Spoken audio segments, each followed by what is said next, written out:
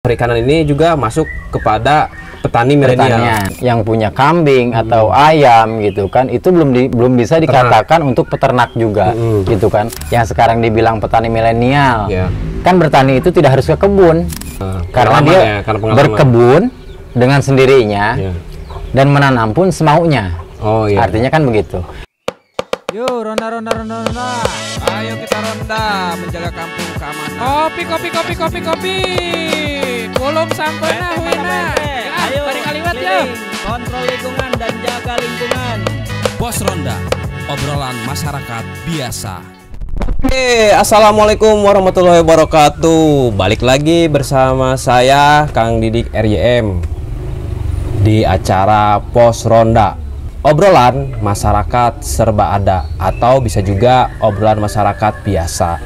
Kali ini kita akan membahas tentang petani milenial, di mana di kawasan Rancabungur ini pertanian, perikanan, peternakan mungkin itu sangat-sangat luar biasa di saat ini gitu. Nah, kali ini kita akan kedatangan tamu dari pemuda Rancabungur, yaitu Kang Eka. Ya, siap. Assalamualaikum Kang Eka. Waalaikumsalam. Selamat datang di Pos Ronda Kang Eka. Nah, Kang Eka ini adalah sebagai pemuda Rancabungur.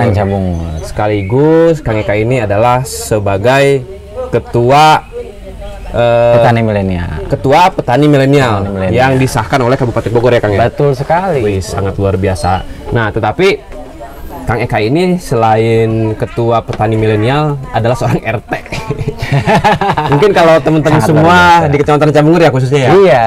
Atau dimanapun berada di luar kecamatan, Kang Eka ini dikenal dengan Pak RT. Nah, jadi makanya saya juga akan memanggil dengan sebutan yang seperti biasa. Sebutan akrabnya itu udah Kang RT. Gitu Kang RT ya? Tetap luar biasa pokoknya. Ya, Kang RT. Sebelum kita melanjut kepada petani milenial, ada beberapa obrolan nih Kang. Betul. Kan nggak mungkin nih tiba-tiba Kang RT sebagai ketua petani milenial. Memangnya kan nggak segampang itu ya, nggak semudah itu untuk pemilihan ketua milenial atau untuk menjadi seorang ketua petani. Apalagi saya lihat sih Kang RT sebetulnya bukan seorang petani yang tiap hari di sawah gitu. Bukan. Nah, awal mula Kang RT menjadi seorang petani milenial itu sedang bertani apa? Sedang membibitkan apa gitu Kang? Kalau itu memang background saya memang awalnya itu saya di perikanan, lebih ke perikanan. Seperti saya pembudidaya ikan gurame, gitu kan. Di situ saya juga suka bertani. Berarti bertani itu bukan berarti kita harus membawa cangkul ke kebun, tapi karena adanya di era digital seperti ini, kalau menurut saya di era milenial seperti ini, kita harus bisa mengedukasi seperti apa harus kita bertani ini. Kan gitu. Artinya meskipun kita masih pakaian yang rapi, bersepatu segala macam, bukan berarti kita mau jalan-jalan ataupun mau ke kantor, tapi dalam keadaan seperti itu kita harus bisa tetap bertani. Nah, kalau misalkan ngomongin tentang ikan, berarti kan sebetulnya bukan tani ya, tani. Harusnya lebih masuk kepada perikanan. Nah, tetapi kenapa perikanan ini juga masuk kepada petani milenial? Nah, itulah petani milenial itu kan nggak mungkin juga kalau misalkan kita berbicaranya pembudidaya milenial. Nah, itu disatukan lah. Dalam milenial itu kita satukan pertanian, peternakan juga perikanan, gitu kan. Nah, itu kita satukan dalam satu kategori, istilahnya yaitu petani milenial.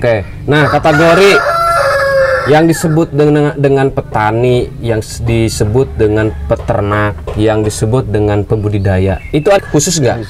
Tentang misalkan kamu punya 2 kambing sudah bisa disebut sebagai peternak. Atau misalkan kamu sering ngejual kambing sudah disebut dengan seorang peternak. Gitu. Apa memang harus minimal nih ada 10 ekor kambing lu baru bisa disebut peternak?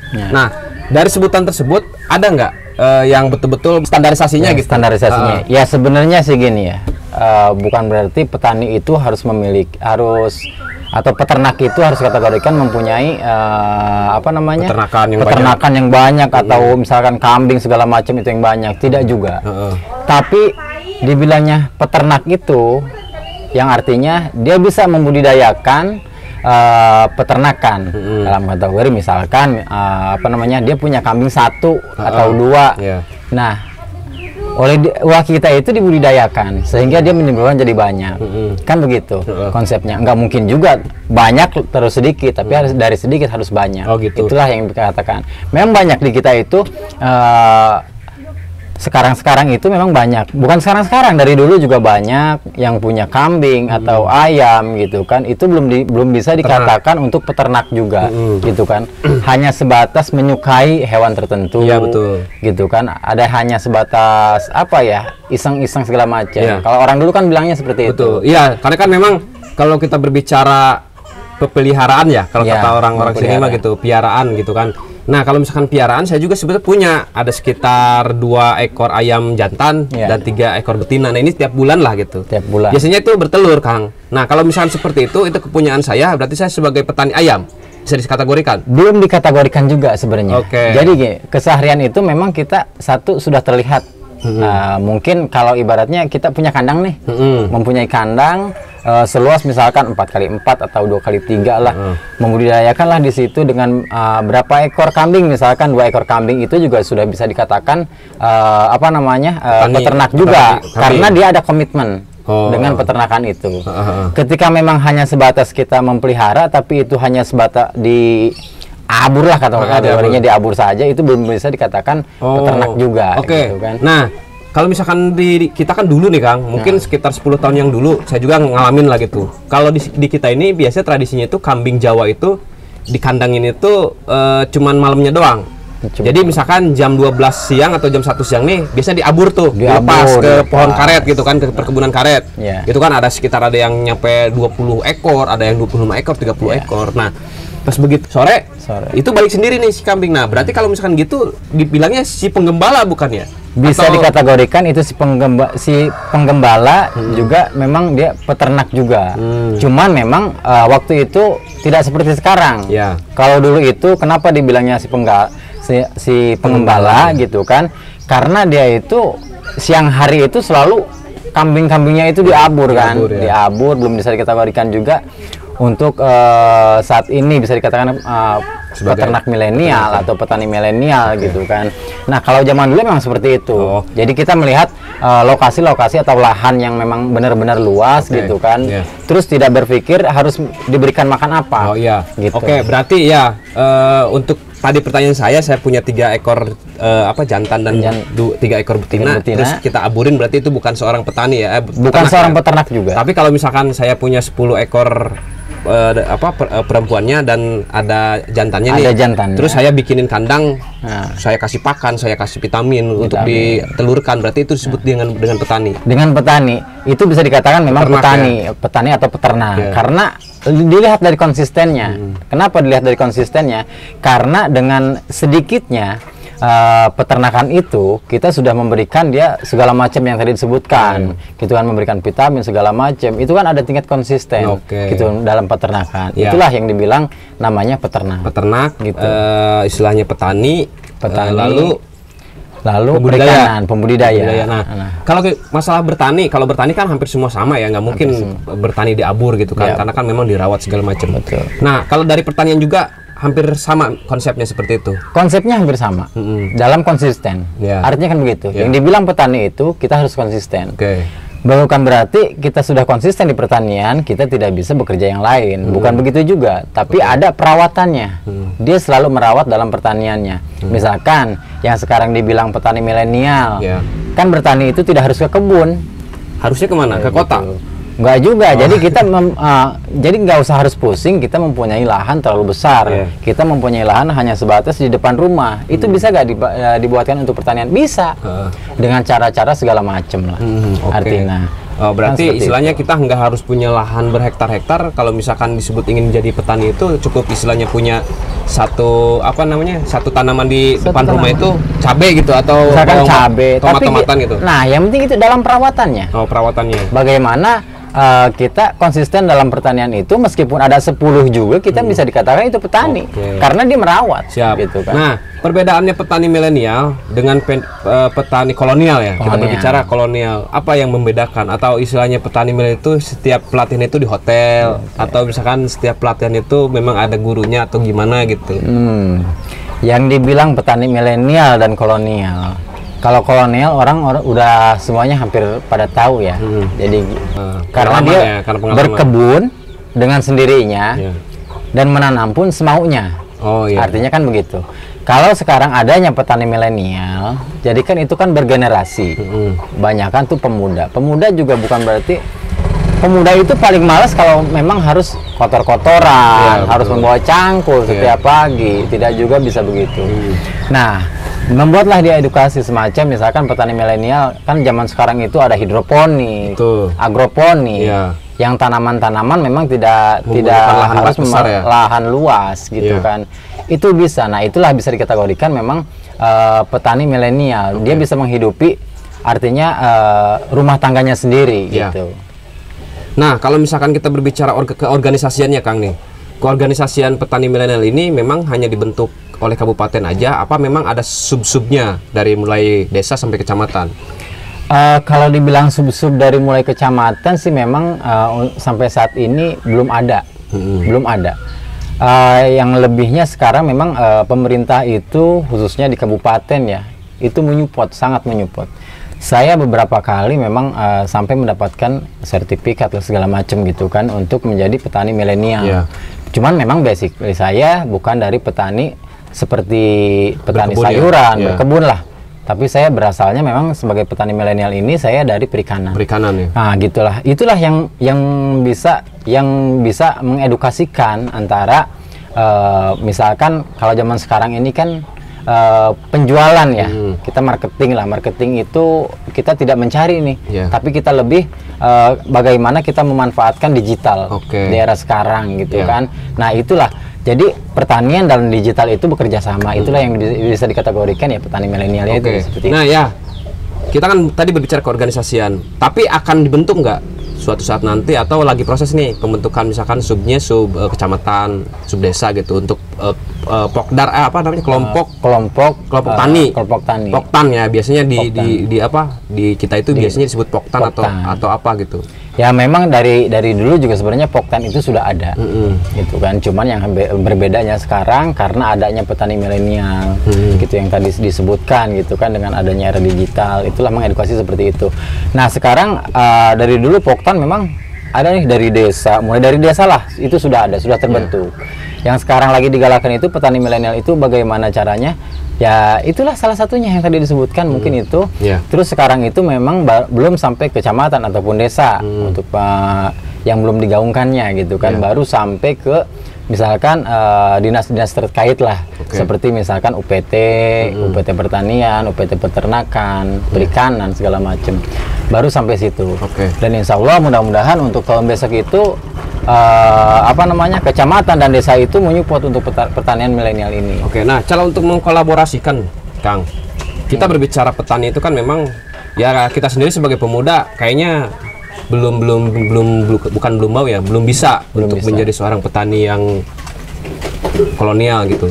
Nah untuk mengkolaborasikan atau untuk mengedukasi secara mereka itu mau nih untuk menjadi seorang petani itu seperti apa? Memang bisa dikatakan sangat sulit untuk menjadi petani, mau kolonial ataupun milenial, sangat sulit.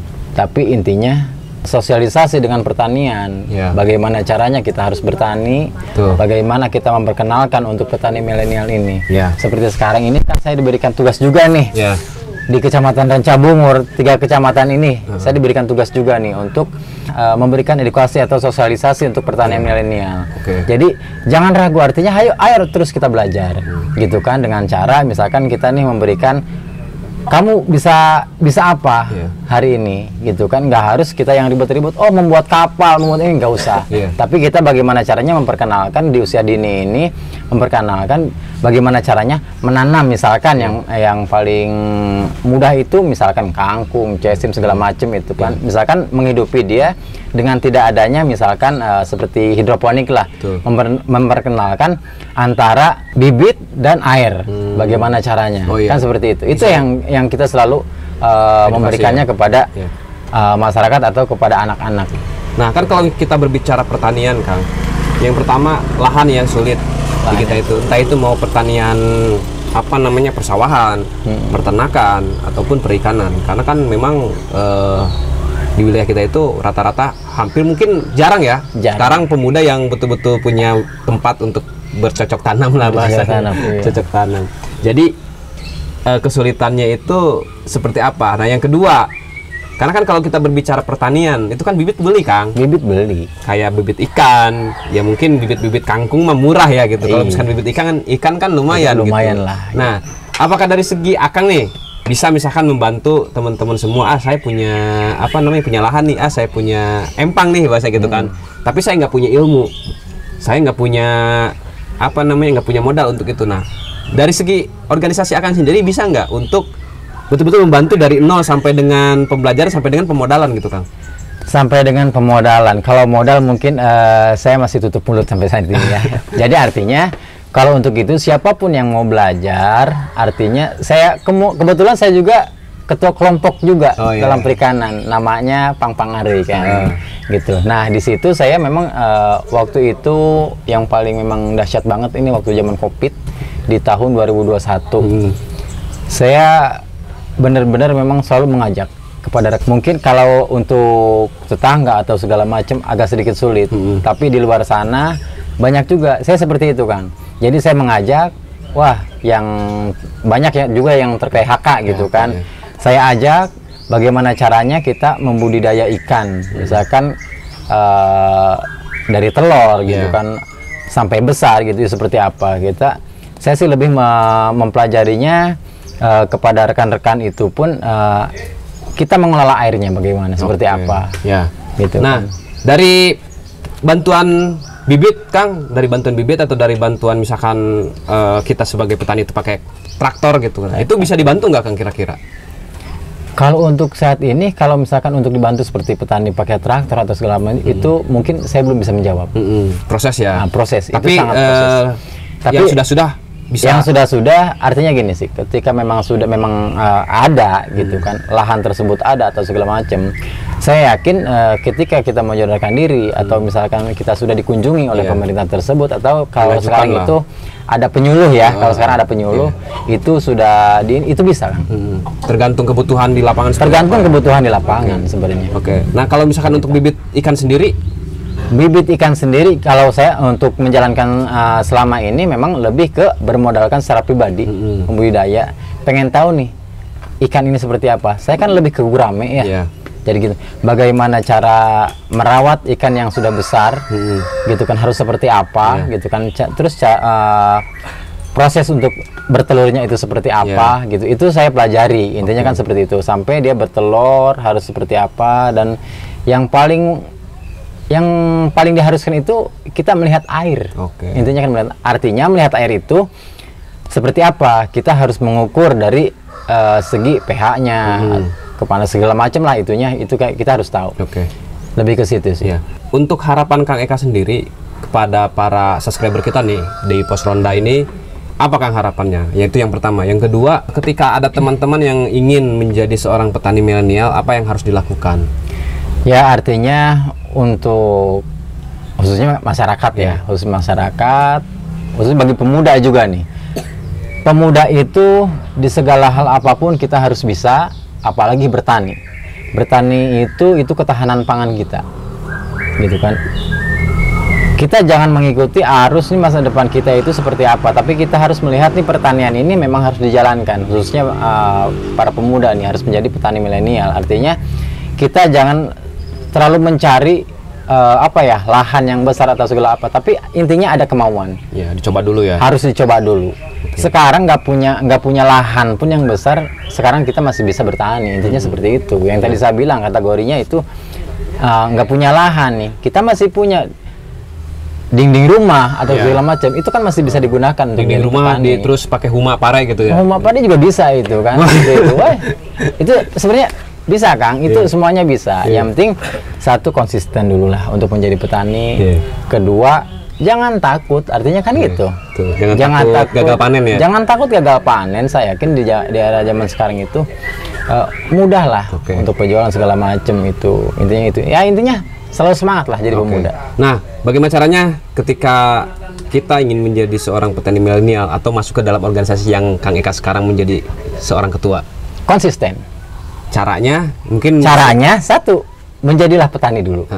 Konsisten dalam pertanian. Mau itu peternakan atau misalkan petani lahan gitu kan, atau segala macam pertanian gitu kan, atau pembudidaya. Konsisten dulu. Konsisten punya pertanian, lalu daftar. Dan bisa bekerja sama, bukan daftar ya. Bisa bekerja sama, memperkenalkan diri. Dia itu bertaninya di apa? Apakah pembudidaya, apakah peternak, apakah memang petani misalkan sayuran, itu diperkenalkan aja saja. Lalu yang gitu kedua, kan. hubungi RT. Bukan. Mobil khusus itu menghubungi para penyuluh, gitu kan, penyuluh. Ya mungkin saya juga bisa membantu nantinya, gitu kan, bisa membantu untuk memperkenalkannya. Ya artinya bekerja sama dengan pemerintah juga.